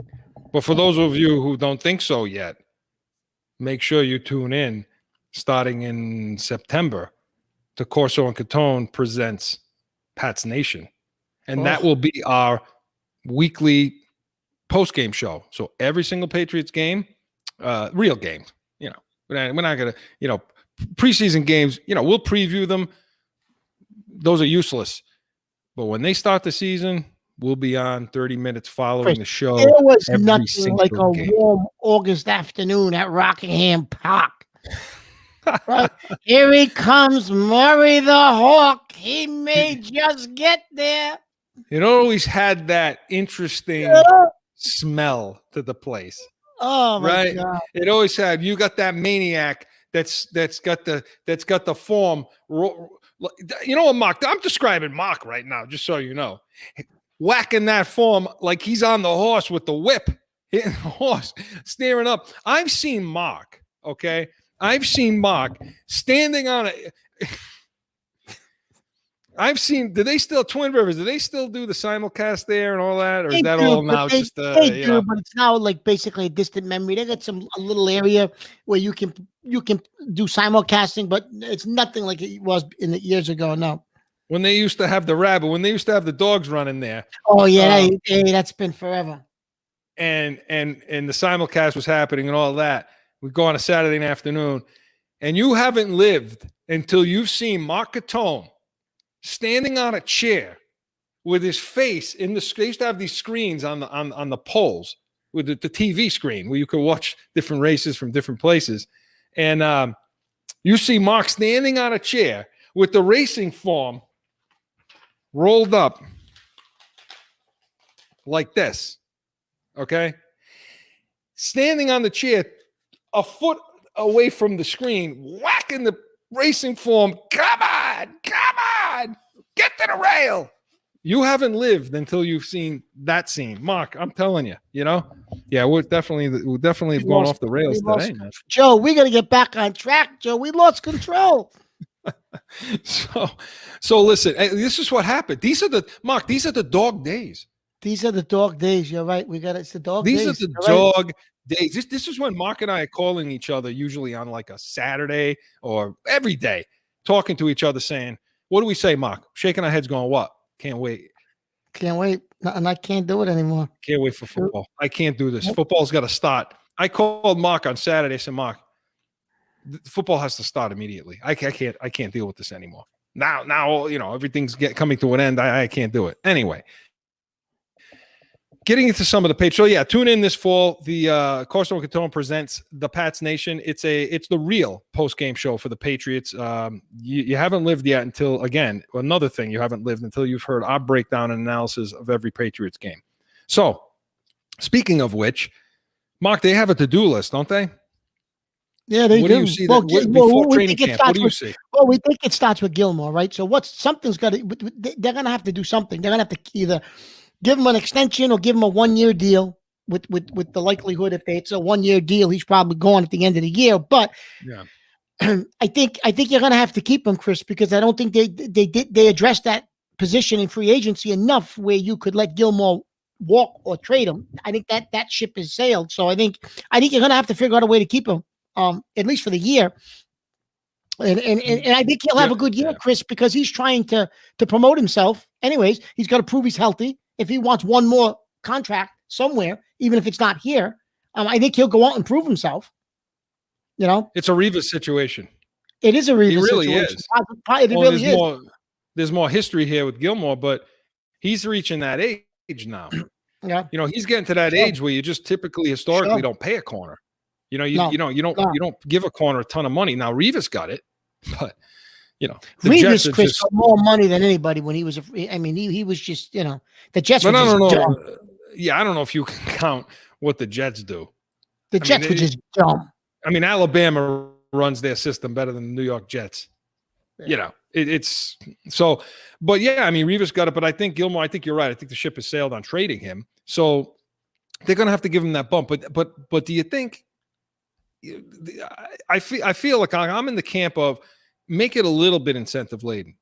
You know, make it so it's attainable. Well, they may not like some of Brady's were. Well, Chris, they may very well do that, right? I mean, that's a typical. You know, they could, but I definitely think though, Chris, he's going to want a base of a certain amount.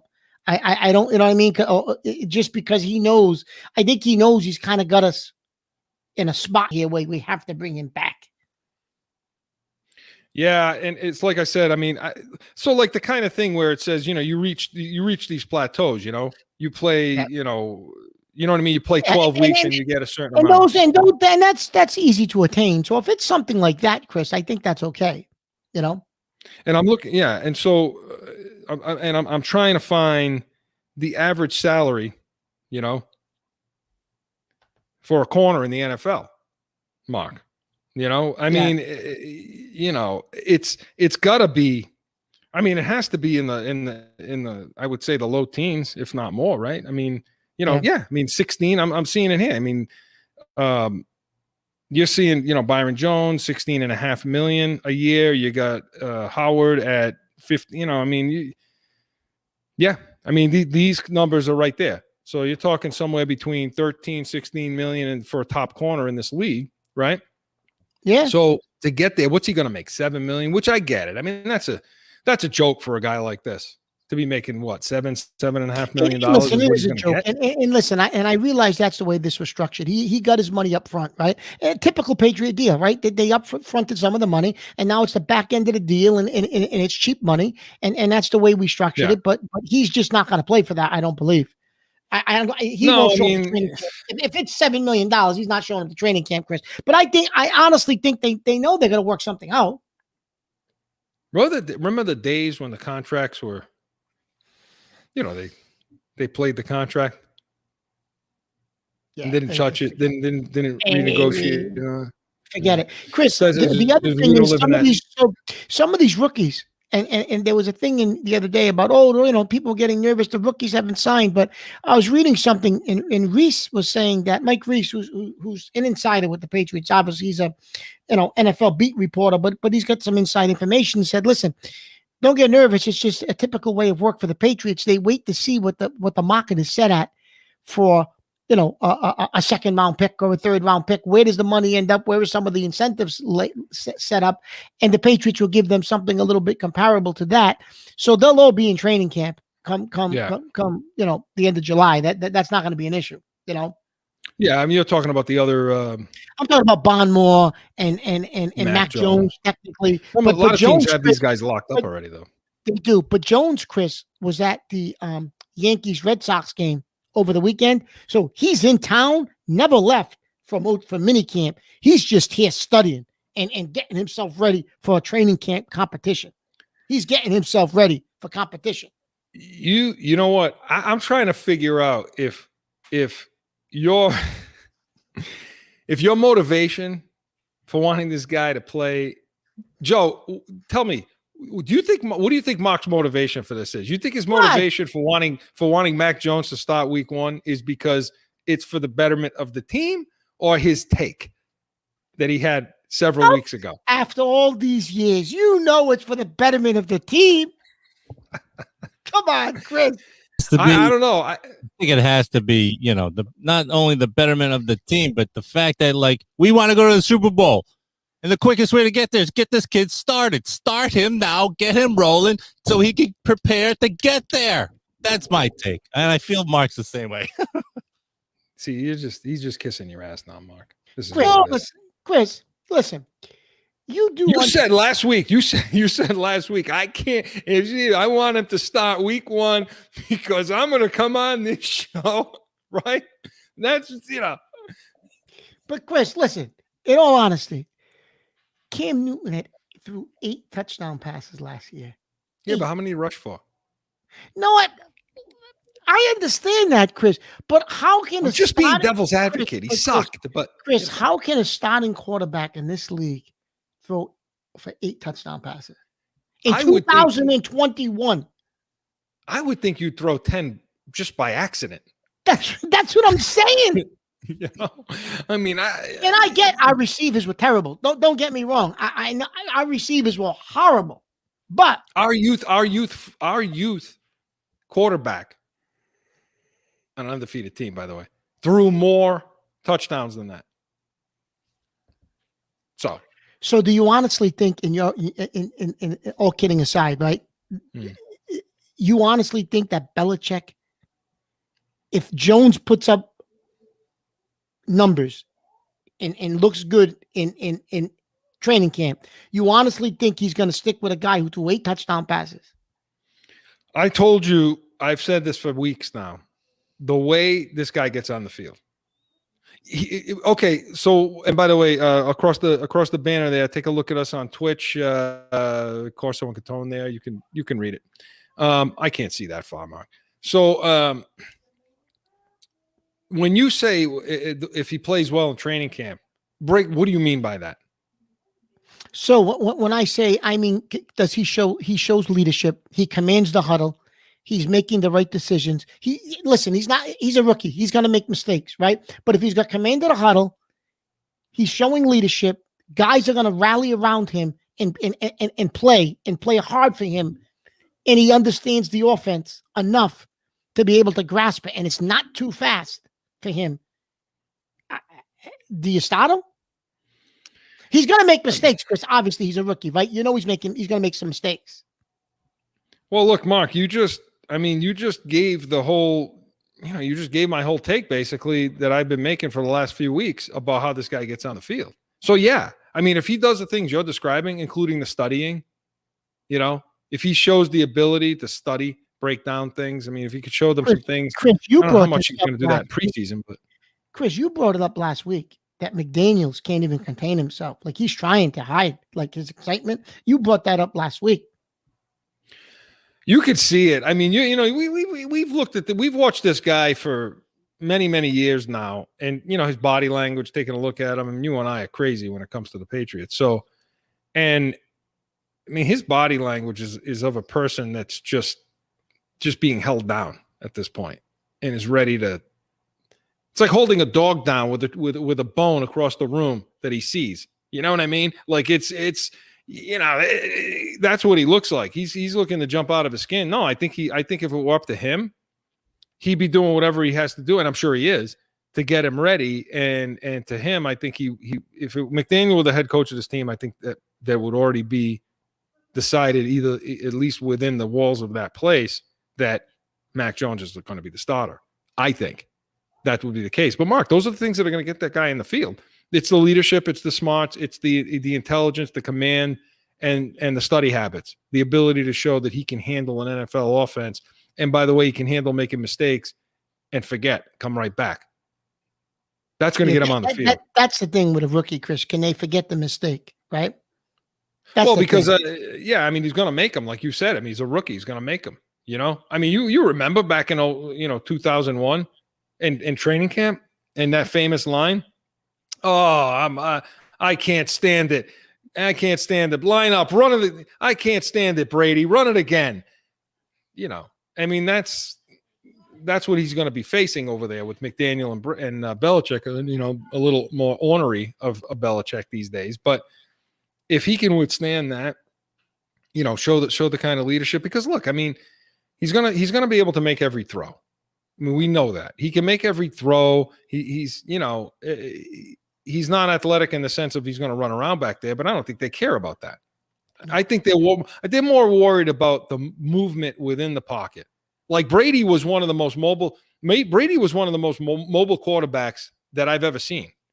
And people say, "What do you mean? What are you talking about? What the hell's the matter with you, Corso? How can you say that Brady?" Because if you watched him in the pocket, he shuffled this way, he moved up, he moved back, he moved to the left, he moved to the right, bought himself that extra second to get the ball out. That's what I mean by mobility. That's what they're going to be looking for in this kid too, right? Yeah. No, positively, Chris. And I think the tight, what they brought in regards to the running game and in regards to the tight ends. And I still think, Chris, they need to bring in another, and we talked about this last week.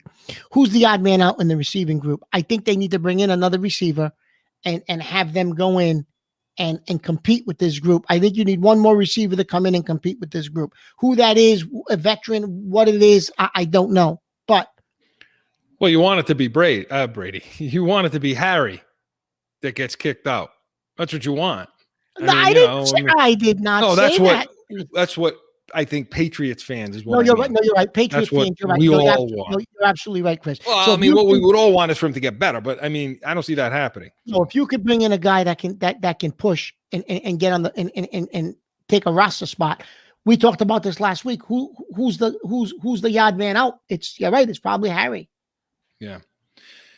I would, unless he shows something else, because again, I can't imagine the first round pick getting tossed.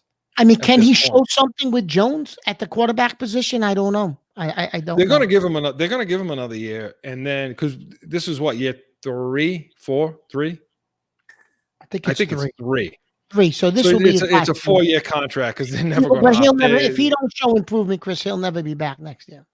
Right. So I think this conversation is more had next year at this time than right now with Harry, in my opinion.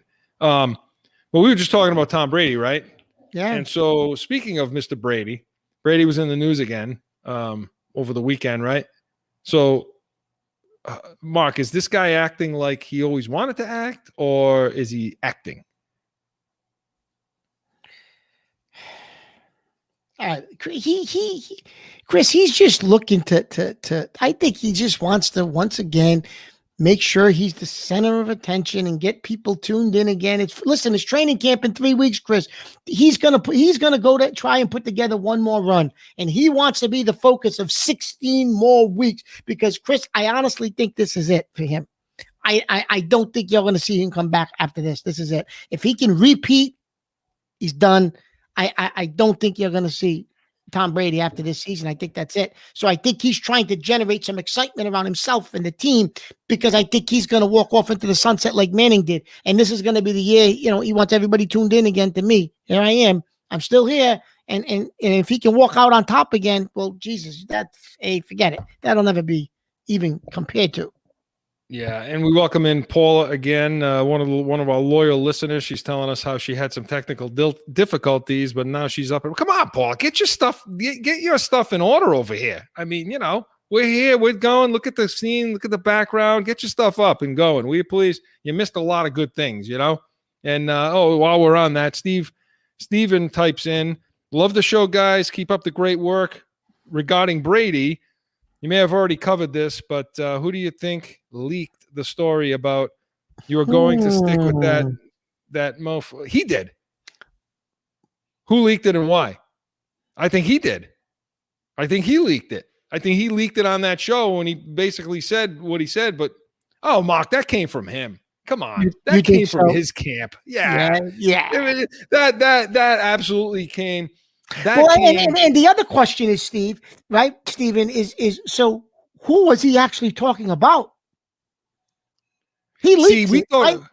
thought it was Tennessee. Yeah, chat in, Steven. Tell us who you think he was talking about, because we thought it was Tennessee, Tannehill, right? Yeah, and Tannehill. But then I saw where was it? I saw that this week where they named another team, and I said, that was maybe in the running. And I said, I never thought of that.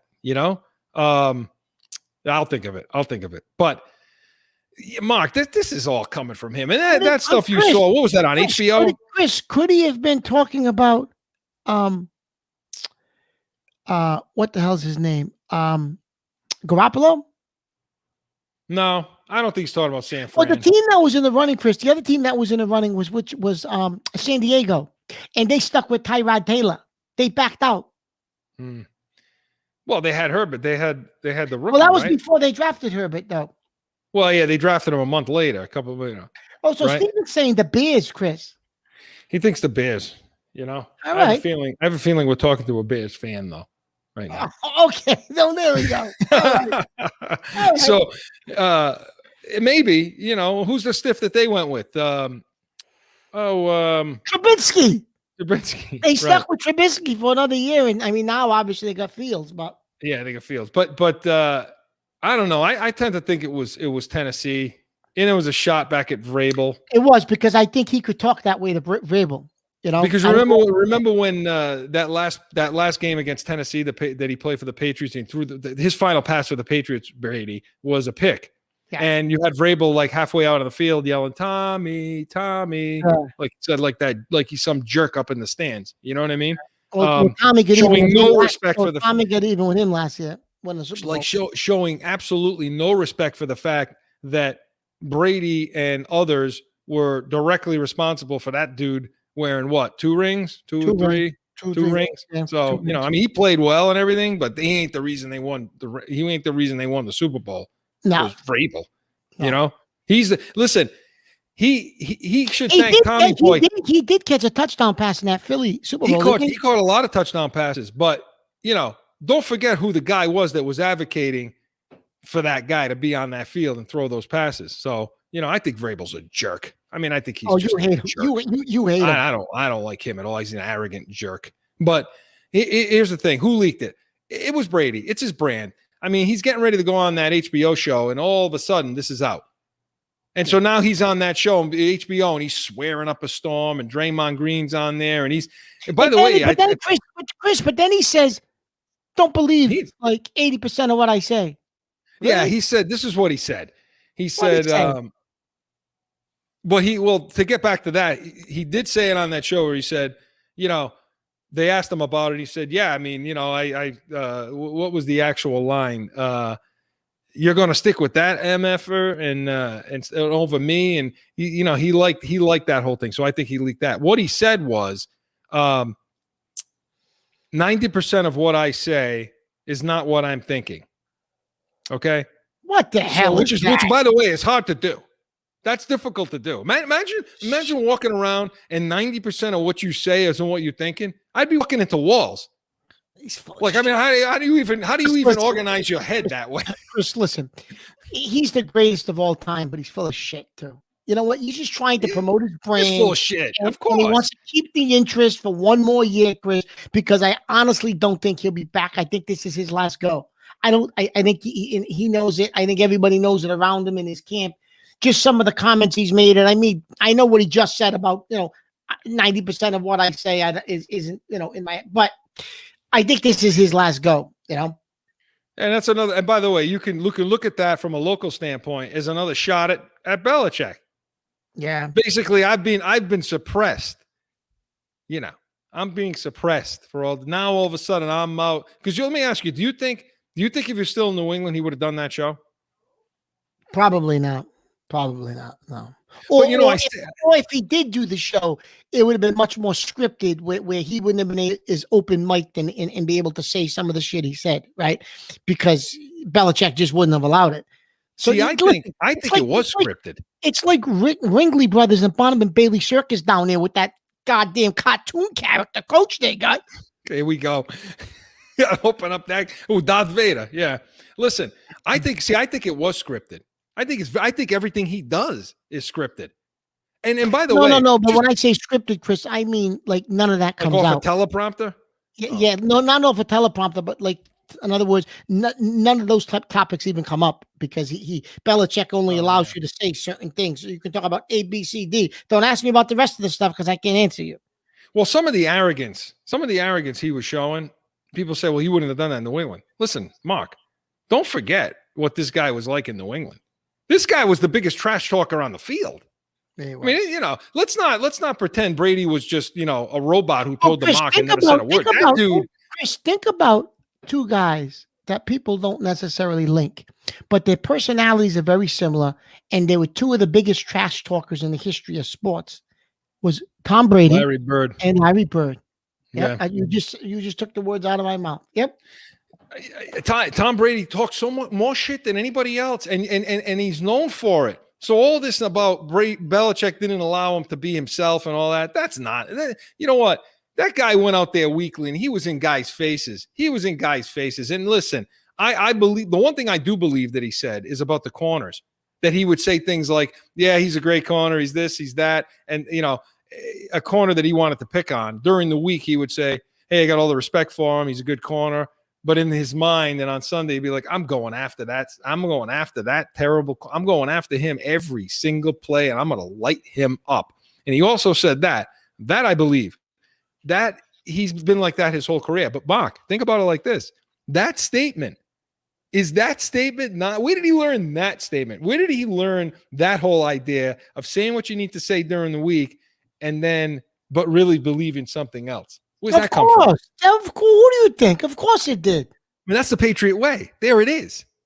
You know what I mean? That's it. That's Belichick in his finest. He goes back and forth, Chris, between wanting to be this new, you know, guy who you know, I was so suppressed in New England and I was miserable in New England. But then his actions on New England. So he can't, like, he's conflicted because he can't have it both ways. But he contradicts himself. I mean, it's listen, when all is said and done, and you've said this many times, Chris, when it's all said and done and he walks away 5 years from now, 10 years from now, he's gonna say, damn it, you know what? That's where I learned. Yeah. He's not gonna admit it. He's not gonna admit it now. That's one of the reasons why I'm so good. And even though, listen, he says it, everybody doesn't. Mark, this goes back to the flagship nonsense. He does say it. No, he does. But he's still like, you know, it's still that conflicting, like it's still, you know, he goes back and forth about it's, you know, I don't know. He's a little self-centered now, and, you know, I don't know. But I think it's conflicting, Mark. You know, I think it's conflicting, Mark, because of people like the flagship. And we talked about this like months and months ago. To me, it's conflict. It sounds conflicting because people don't want to believe the good words he says about New England. They just want to believe all the negative stuff they hear, like the Amendola crap. You know, they want to believe the media in New England for some reason wants to just believe that and completely discount anything anybody ever says good about Belichick. It's the oddest thing I've ever heard. It sounds to me like they're a New York station. You know what I mean? Yeah. So to me, I can't stand those guys, Murray. Your buddy Murray. Hey, we extended the invitation out to Murray to get on the show and defend some of his. Listen, I like Maz and I like Felga. I just think Murray's a clown. They have the years. They've earned that respect, you know.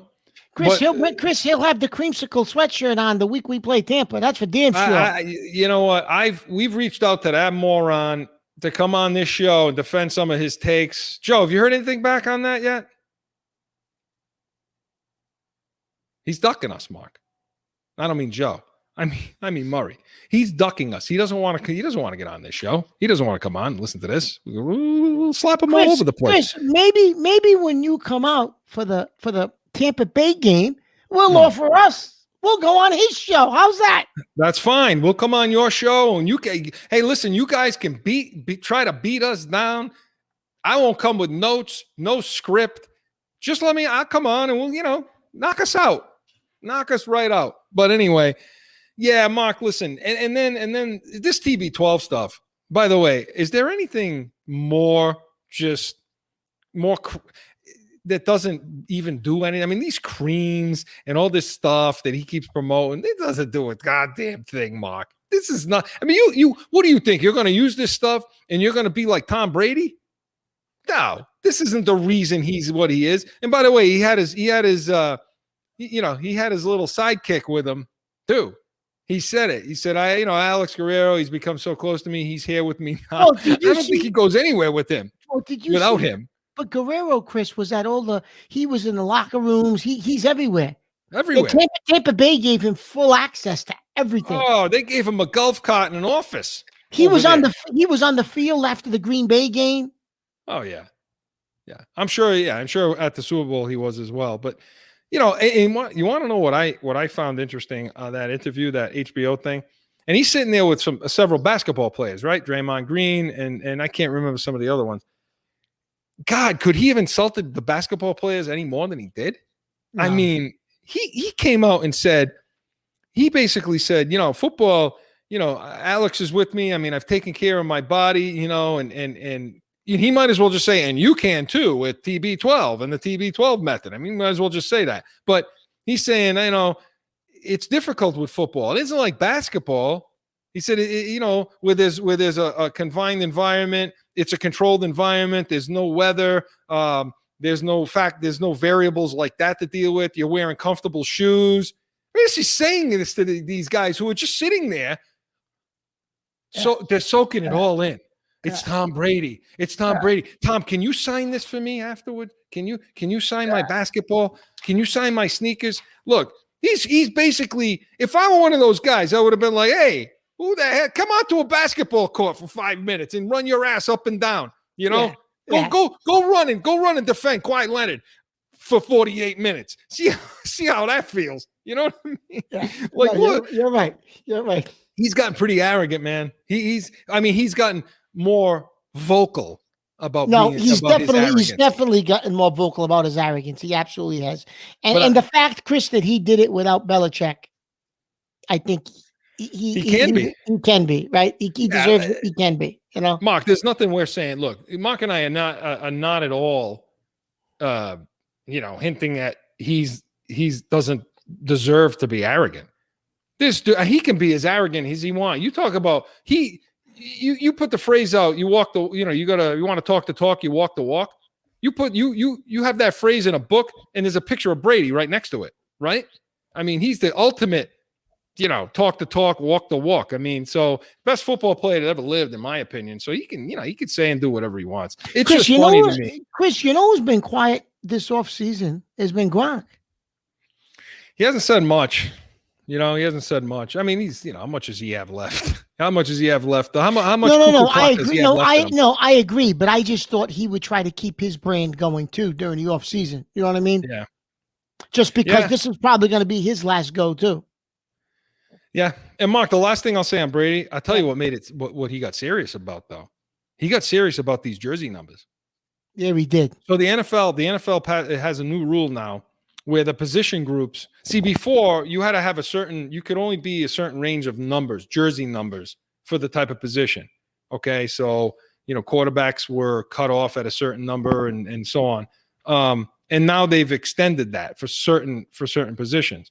So for example, running backs could always only be like 20, right? 20 through like 49, usually in that range. Now running backs can go all the way down to number 1. So they're 1 through 49, 80 through 89. But so they've expanded the choices for the players to have different numbers. And this pisses Brady off. And so when we go to the defensive side of the ball, I mean, I can speculate as to why it does. But for example, defensive line, you couldn't have a number. I mean, if you were a linebacker playing down, I mean, in schemes, but a true defensive lineman couldn't have a number 50. Now it's 50 through 70. It's 50 through 79 and 90 through 99. Linebackers are 1 through 50. That may be the biggest The change. linebackers, yeah. Because you can have a single one digit through what, Chris? 59 and 90 through 99. Yeah. You didn't see 90 through 99 with linebackers usually. Not usually, no. And you certainly don't see it 1 through 40, 39, No. you know? And now, see, I think this irritates Brady. And same thing with defensive backs. It's 1 through 49. And Paul is typing in, you guys saying Brady looks at the numbers in play. Yeah, he does. Look, when Brady walks up to the line, you know, I told you that a long time ago that I think Peyton Manning's the best pre-snap quarterback I've ever seen. And he was. I mean, Brady does it all, though. Okay? But Brady comes up to the line. A lot of what he's identifying or what he can identify is based on the type of what position they're looking at on the other side of the ball. So he knows. He sees 50 numbers playing in that second tier, that next level. He's looking to identify the Mike and those kinds of things, the Mike linebacker, and he's looking at numbers. Now, he's been 21 years of used to seeing certain numbers out there. Now he's going to walk up to the line, and he's got to see number 2, number 4, number 90. He's going to look at number 90, and he's going to think that's a defensive lineman standing there. Who's dropped back, yeah. So I think this is why this pisses him off. Because, again, this is a guy that's fine-tuned, which is also Chris, a Belichick where did thing. I was just going to say, where did he get that from, Chris? Yeah, he got it from Belichick. So he's fine-tuned. His mind is fine-tuned like a machine to see this stuff. So that irritates him. We'll see. We'll see if that has any effect at all. And Mark, we're going to go to break, our final break, come back with our final word. But what do you think, Mark? 2022, what are we going to see? What's coming? You're going to see the throwbacks, baby. You're going to see what we've been asking for. Yes, you are. There it is, right there. There it is. We're going to see it. So we've been talking, we a few weeks back, a little while back now, we did what we think are the best jerseys in the NFL and what we thought the best logos are. And Joe, you can come in on this too. Now the Pat Patriot's going to come back in 2022 if they want to with the red jersey. And some of the players, Mark, are welcoming that. I know the players want to wear them. They do. Yeah, because it's a great uniform. It's a great logo. I hate these uniforms they got right now. They're terrible. That wash, that what do you call that? Oh, that color rush, color rush. Whatever it is, it's awful. The away uniforms aren't so bad, but the home uniforms. No, the away uniforms aren't bad. The home uniforms are horrendous. Yeah, I can't wait to see those red jerseys, and then they can monitor, they can spruce them up a little bit and do what they want to them, but the red jerseys with the white pants and the white helmet, the guy on it. There's nothing better than that. I can't wait to see that happening. I can't wait to see that. So when we come back, we're going to have our final thoughts right after this.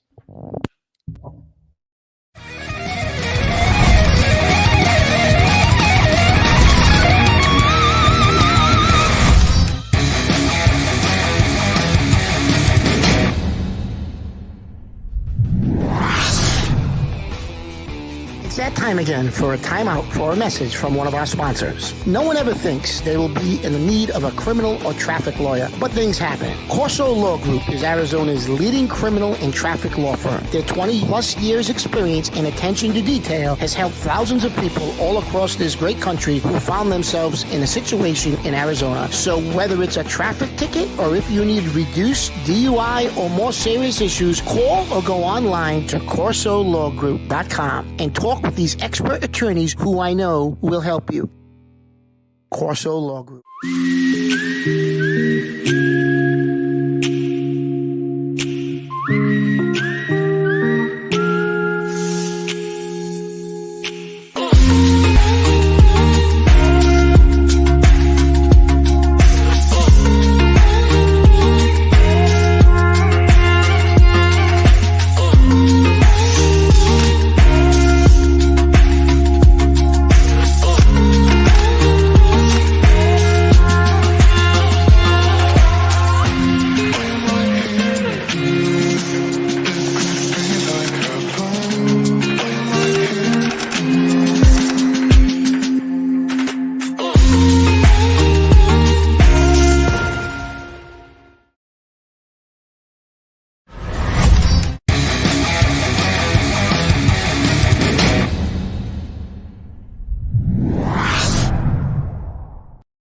Back in with more Corso and Catone. Mark, it's come to that.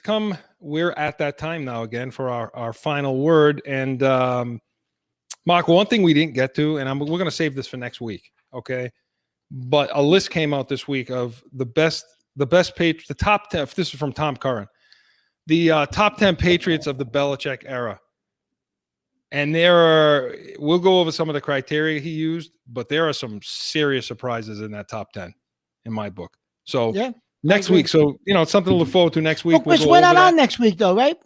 Oh yeah. I'll give that programming note in a second, but when the next time we come back on, we'll go through some of that. But Mark, final word. Final word, Chris. It's July 1st, Thursday. I can't wait. It's July 1st. Finally, we're here. But seriously, I can't wait for football season. I mean, I'm so sick of the Yankees and Spider Tack and all the nonsense. Listen, let the guys play baseball. Who gives a care if they're taking steroids? They're not taking steroids. Who cares? The game is struggled. Nobody wants to watch baseball anymore. Let them do what the hell they want to do and have, bring the game and shit. We need viewers, right? But the Yankees, I'm disgusted. Totally disgusted with the Yankees. Mark, that I'll continue on with that thought. They're not our moral compass. I mean, these players are not raising our children. They're not, that's our job. Okay. So if they're promoting this sport or any sport as an entertainment industry now, which is what they want to do, use the technology of today. I have no problem with that. If your health isn't an issue, if it's not calling into any issue, your health or anything like that, use it. This isn't 50 years ago. This isn't 100 years ago. This isn't, because don't think for 1 second, if those guys back then had all this stuff, oh yeah, they'd be using it all day long. So I'm with Mark on that. So Mark, some people to thank tonight. I want to thank the good people over at Special Sauce Podcast, specialsaucepodcast.com. Log in. Good people over there. Smart, Mark. They're a lot more intelligent. We had Marcus Aurelius on the show a couple of weeks ago when you decided to go celebrate your birthday. But we had him on the show a couple of weeks ago and, real intelligent guy. Go log on. They got some good shows on there. Jag Media Productions, responsible for everything you see here on this show. So they do a great job.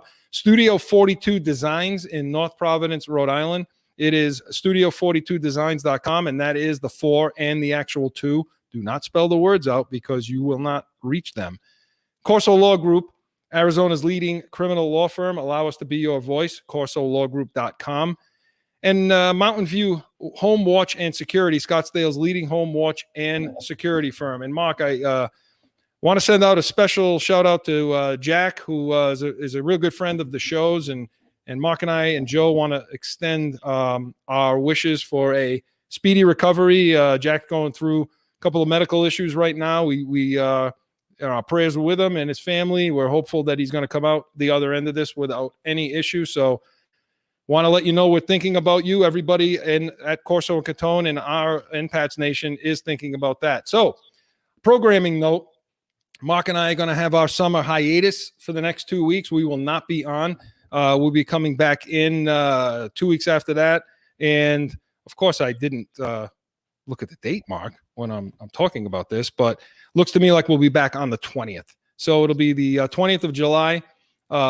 We'll be back. And again, full show, a lot of topics. And Mark, on July 20th, we're going to be a little closer to where we want to be. In fact, I think they may have already opened up training camp. So we'll have a lot of Patriots talk at that point, a lot of baseball talk, see what happens with this spider tack and if anything else comes from it. So again, we're off the next 2 weeks. We'll be back on July 20th, 8 p.m. Eastern, our normal time. And so want to thank Joe Guarneri too in the booth. But for Mark Catone, Joe Guarneri, I'm Chris Corso. So long, everyone.